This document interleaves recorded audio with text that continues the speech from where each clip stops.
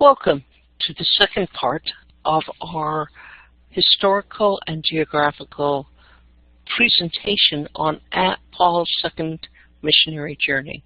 We're looking for the background for Greek exegesis on what historical and geographical context we have for different passages in Acts. Today's passage is Acts 15, 36 through 41, where Paul begins a missionary journey after a sharp disagreement with Barnabas. So if one key phrase is, and there arose a sharp disagreement so that they separated from another. The Greek text is egeto ke aprokusamo hoste apo chrysatain utos opo aleon. So that word, aprousomos, is extremely important to have a sharp disagreement. And what did that disagreement come from?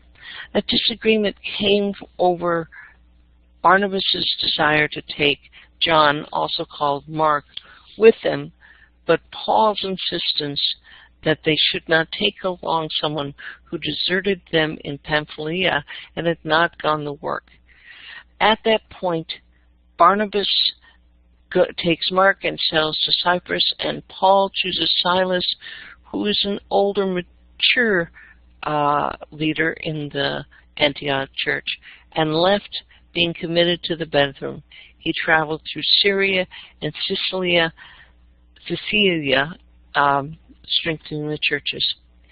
So we will go through the Greek text in our lessons during the week, but I'd like to provide some background.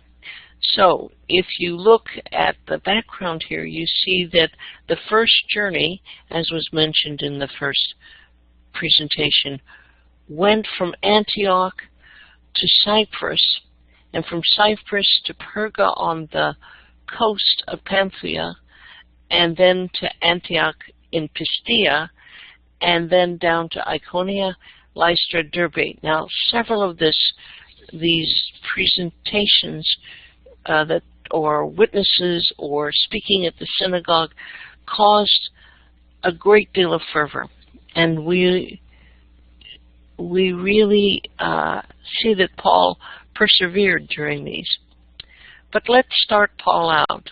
Barnabas and John Mark followed the sea, which means they went to Pieria, Silas, Pieria. And what does it look like? Sukia Pieria at this point looks like a rough pier, but in that time the piers were out on stone, and they were able to go to the thing. He probably negotiated for a ship to Cyprus, and they at that time usually caught a ride with a ship that was already in transit. And you notice they would have had their goods in clay jars, and the people who stayed just stayed on a deck that was there in the sea. They would have brought food, water, clothing, blankets, and sat on the ship. Now, they probably would have followed the river down to the estuaries, and they would maybe have had a cart, but most likely that would have been temporary. Paul's journey, on the other hand, was probably long. He would have journeyed by foot, maybe by a Roman cart. In fact, if he had planned a long journey, he might have taken the Roman cart out of Antioch. The cart, you notice, is just a set of wheels and maybe some iron, so it's not got much cushioning. You do see some axles and various things that might have given them one. The driver sat up front, and then the rest is basically carried the belongings. That would be the baggage. He would They would have kitchenware, tableware, bedding. They would have changes of clothes. What was most important was heavy shoes, sandals that could walk through all of these things. Usually the sandals had sometimes spikes. They would have a brown-brimmed hat that they would use, or they would have a selection of capes. A light one that this one may be wearing here on the left in the soldiers, with a cap, just sort of a hat that's down to maybe the knees. It would have been called a chamis or a lacerna in Latin. There'd been another one for rainy days, which would have been of wool or leather, fitted with a tighter hood, and still another, which for very cold days are going through the mountains, would have been a biras, which is a long wool garment with a hood. Money and valuables were strapped around your waist or hung in bags around the neck. I think we've heard of modern travelers doing that. One thing they probably took was a portable sundial. I know that sounds unique, but that area of the Mediterranean has a lot of sun, unlike certain parts in the northern part of Europe or the U.S. Paul and Barnabas are oftentimes pictured carrying a bag, but that's probably not enough for this longer trip. Paul and Barnabas would have gone out through the gate and then off to Alexandria.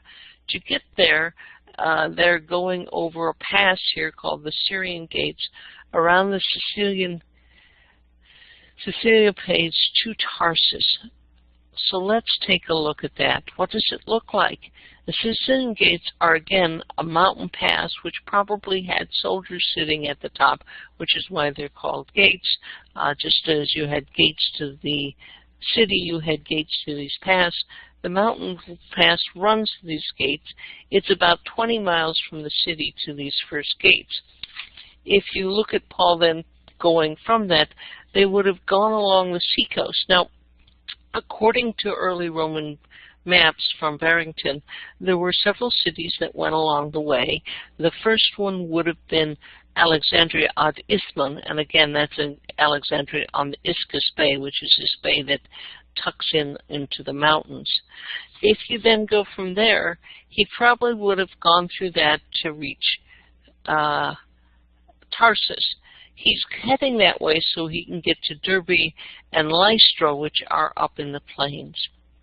He is probably not going around to this river valley because, quite frankly, the better road for Rome would have been directly out of Tarsus through the plains through the Sicilian Gates. Again, that's a set of passes put together with various soldiers that would have been there. He probably then went to the Agrippa Parala Uton, which he probably went to the shops along the road where his family probably had tent shops, or perhaps to other locations within there. Here's a modern picture of Tarsus. Well, that takes our Paul and Silas, who've come up out of Antioch, blessed by the church, and come into Turkey. We'll pick up Paul's journey as he goes into Acts 16:1-5 in our next presentation. Thank you.